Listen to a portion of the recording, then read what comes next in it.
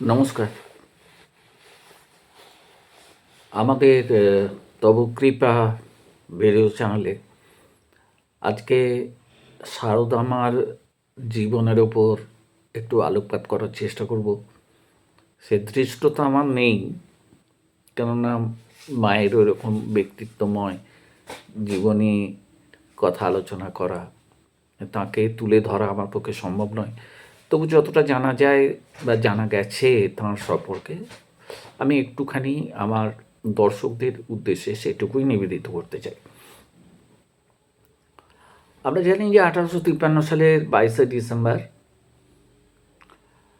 বাংলা 1260 সালের 8ই পৌষ, হুগলি জেলার জয়রামবাটিতে শ্যামাসুন্দরী দেবীর কোলে মা সারদা দেবী জন্মগ্রহণ করেছিলেন। অত্যন্ত সাধারণ পরিবারে জন্ম। ছোট থেকেই ঘর গেরস্থালির কাজকর্ম করতে হতো তাঁকে। সেই জন্যে যে স্কুলে যাওয়ার ব্যাপারটা সেটা ঘটেনি। তবে কিছু কিছু দিন তিনি তাঁর যে সমস্ত ভাই বোন ছিলেন তাদের সঙ্গে পাঠশালায় যেতেন এবং সেই জন্য তার কিছুটা অক্ষর জ্ঞান হয়েছিল। কিন্তু পরবর্তীকালে তিনি কিন্তু তাঁর যিনি ভ্রাতুষ্পুত্রী ছিলেন লক্ষ্মী দেবী, তার কাছে পড়াশোনা করে বেশ খানিকটা জ্ঞান অর্জন করেছিলেন। এবং সবথেকে আরেকটা যেটা বড় ব্যাপার, মায়ের তীব্র আকর্ষণ ছিল গ্রামে যে তৎকালীন সময়ে যে নানা রকম যাত্রা, পালাগান, পৌরাণিক আখ্যান এসব হতো, সেইগুলো মা শুনতেন এবং সেই শুনে শুনে মা বেশ কিছু শ্লোক আয়ত্ত করেছিলেন, যেগুলো তিনি জীবনের শেষ মুহূর্ত পর্যন্ত মনে রাখারও চেষ্টা করেছিলেন। তো ছোটোবেলায় পুতুল খেলা প্রায় সব মেয়েরই নেশা থাকে, মায়েরও ছিল, এবং মা পুতুল গড়ে নিজের মতো করে খেলতেন এবং এই সময় মায়ের বিভিন্ন রকমের দিব্য দর্শন হয়েছিল বলে জানা যায়। বয়স যখন মায়ের মাত্র 5 বছর, তখন আমাদের ঠাকুর শ্রী শ্রী রামকৃষ্ণ দেবের সঙ্গে তিনি পরিণয় সূত্রে আবদ্ধ হন। তখন ঠাকুরের বয়স 23। তো এই বিবাহের পশ্চাতেও অনেক ঘটনা আছে, সেগুলো স্বল্প সময়ে বলা যাবে না। এ নিয়ে একটা স্পেশাল এপিসোড করাই দরকার। তো যাই হোক, এই মায়ের প্রসঙ্গ আলোচনা করতে গিয়ে এটাই বলে রাখি যে ঠাকুর কিন্তু প্রথম দর্শনেই বুঝেছিলেন যে মাই তার উপযুক্ত সহধর্মিণী হতে চলেছে। তো তারপরে দীর্ঘদিন ঠাকুর দক্ষিণেশ্বরে ছিলেন, মা ছিলেন গ্রামের বাড়িতে।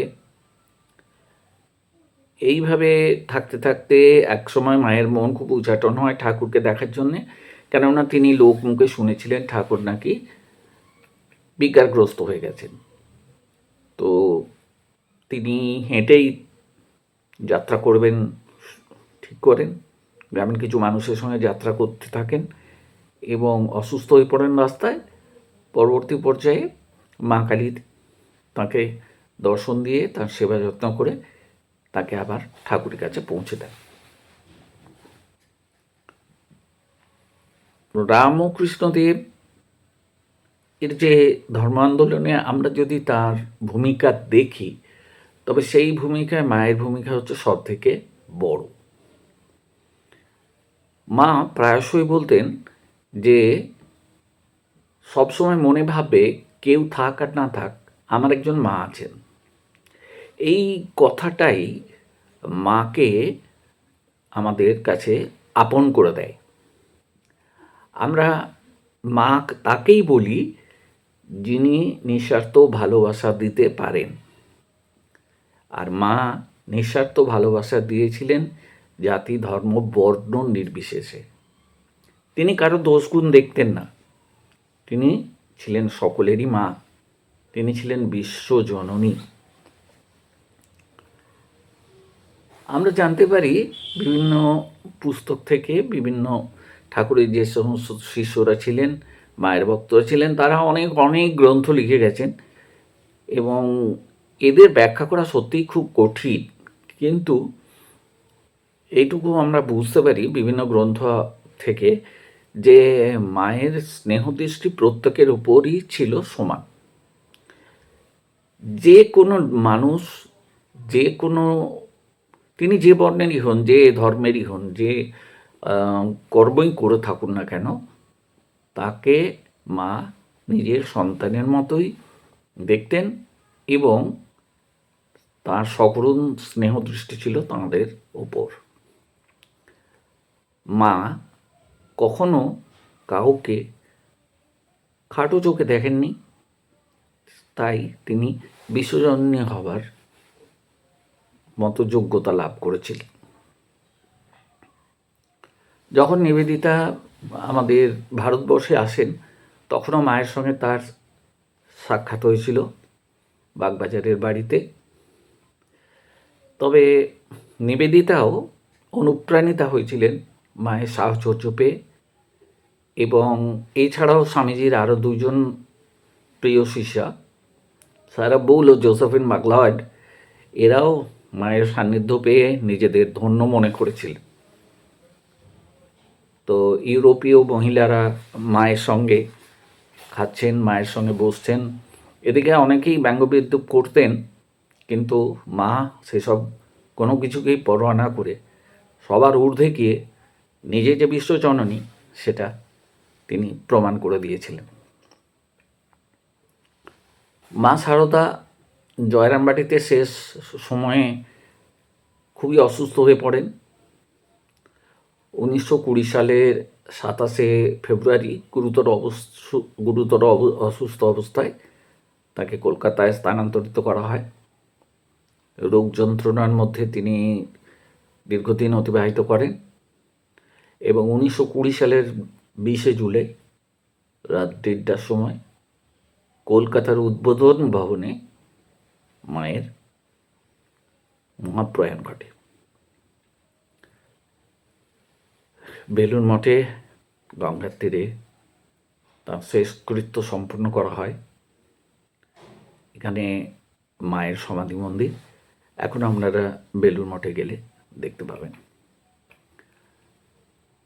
তো এই মহিষী রমণী সবসময় মানুষকে ভালোবাসতেন। মানুষের উদ্দেশ্যে তিনি তার অমর যে কয়েকটি কথা বলে গেছেন বা বাণী রেখে গেছেন, তার মধ্যে অন্যতম হলো, আমি সত্যিকারের মা, গুরুপত্নী নই, পাতানো মা নই, কথার কথা মা নই, সত্যিকারের জননী।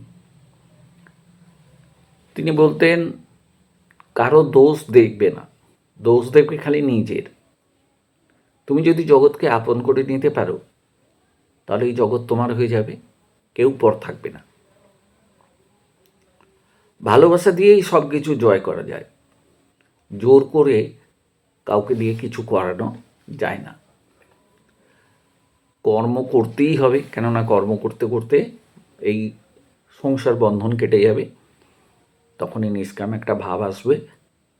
সুতরাং যখনই সময় পাবে কাজ করবে। কাজ ছেড়ে বসে থাকাটা কোনো কাজ নয়। ভাঙতে সবাই পারে, কিন্তু গড়তে কজন পারে? ঠাট্টা করতে পারে লোকে, নিন্দে করতে পারে লোকে, কিন্তু একটা মানুষকে কি করে ভালো করতে হবে সে কজনে বলতে পারে? মার আর একটি অন্যতম শ্রেষ্ঠ বাণী, সংসারে আট থাকলে ভগবানকে লাভ করা যায়। ঠাকুর বলতেন, যে সত্য কথাটি ধরে আছে সে ভগবানের কোলে শুয়ে আছে। মানে সত্যের উপর মায়ের এতটাই নিষ্ঠা ছিল। আর মা মনে করতেন যে মহাপুরুষ হলেও তিনি যখন দেহ ধারণ করে পৃথিবীতে আসবেন, তখন দেহের ভোগ সব তাকে করতে হবে। তবে সাধারণ মানুষ যেমন কাঁদতে কাঁদতে পৃথিবী থেকে অন্যত্র গমন করবে, মহাপুরুষরা হাসতে হাসতে, খেলতে খেলতে, মৃত্যুর সাথে পাঞ্জা লড়ে মহাপ্রস্থানের পথে যাত্রা করবেন। তো বন্ধুরা, এই গেল মায়ের জীবন নিয়ে অল্প কিছু কথা আমি চেষ্টা করলাম বলার। এ বিশাল জীবন, মহাজীবন, এ জীবন নিয়ে আমার জ্ঞানও খুব সীমিত। বিভিন্ন জায়গা থেকে সংগ্রহ করা আমার কথা, পড়া। তো যাই হোক, যদি ভালো লাগে এই ভিডিওটি, তাহলে আমার সঙ্গে আমাদের যে চ্যানেল তব কৃপা, তার সঙ্গে যুক্ত থাকবেন। মা, ঠাকুর, স্বামীজি, এদের ভাবধারায় দীক্ষিত হবেন, নিজেদের পরিশুদ্ধ করার চেষ্টা করবেন, আর এদের আশীর্বাদ আপনাদের সকলের উপর বর্ষিত হোক, এই কামনা করে আজকের ভিডিও শেষ করলাম। সবাই ভালো থাকবেন। হরি ওম তৎসৎ, হরি ওম তৎসৎ, হরি ওম তৎসৎ।